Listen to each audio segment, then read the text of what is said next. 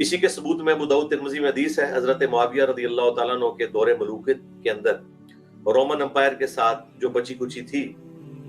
حضرت عمر فاروق رضی اللہ تعالیٰ عنہ کے دور کے بعد، وہ جزیہ دیتے تھے، ان کے ساتھ کچھ معاہدے تھے، اور ایک جو ان کی اسٹیٹ تھی اس سے جب معاہدہ کی مدت پوری ہونے والی تھی تو ایک دن پہلے حضرت معاویہ رضی اللہ تعالیٰ عنہ نے اپنی فوجیں لا کے بارڈر پہ بٹھا دی۔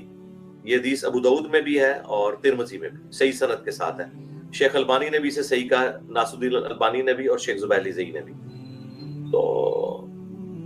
جب انہوں نے وہاں بٹھا دی کہ بھئی آج مغرب کے وقت معاہدہ پورا ہو جائے گا، اس کی ڈیٹ ایکسپائر ہو جائے گی اور ہم ان پہ یک لخت حملہ کر کے تو ان سے علاقہ چھین لیں گے، تو ایک صحابی آگے بڑھے گھوڑے کو ایڑی لگا کے اور مسلمانوں کے لشکر کے سامنے آگے کھڑے ہو گئے۔ انہوں نے کہا میں تمہیں یہ کام نہیں کرنے دوں گا، کیونکہ رسول اللہ صلی اللہ علیہ وآلہ وسلم نے ہمیں منع فرمایا تھا کہ جس قوم کے ساتھ تمہارا معاہدہ ہو، جب تک اعلانیہ اس معاہدے کو نہیں توڑتے ان کے خلاف جنگ نہیں کر سکتے۔ تو اعلانیہ اس کو توڑو گے تاکہ وہ بھی جنگ کی تیاری کریں اور پھر آگے معاملات چلیں گے۔ اس طرح نہیں ہو سکتا کہ ان کو تو پتہ ہی نہیں ہے کہ آج وہ ڈیٹ ایکسپائر ہو رہی ہے، وہ رینیو کرنا چاہتے ہوں گے اور آپ نے انہوں نے معاہدہ توڑا بھی نہیں ہے۔ صلح حدیبیہ والا جو معاملہ تھا وہ تو معاہدہ توڑ دیا تھا مسلمانوں کو قتل کر کے،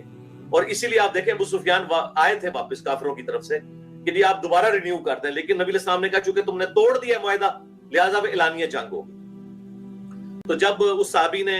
یہ کیا تو حضرت معاویہ رضی اللہ تعالیٰ عنہ نے مجبوراً اپنی فوج پھر بارڈر سے ہٹا لی اور اس معاہدے کو کنٹینیو کیا انہوں نے بعد میں۔ تو جب اس صحابی نے یہ کیا تو حضرت معاویہ رضی اللہ تعالیٰ عنہ نے مجبوراً اپنی فوج پھر بارڈر سے ہٹا لی اور اس معاہدے کو کنٹینیو کیا انہوں نے بعد میں۔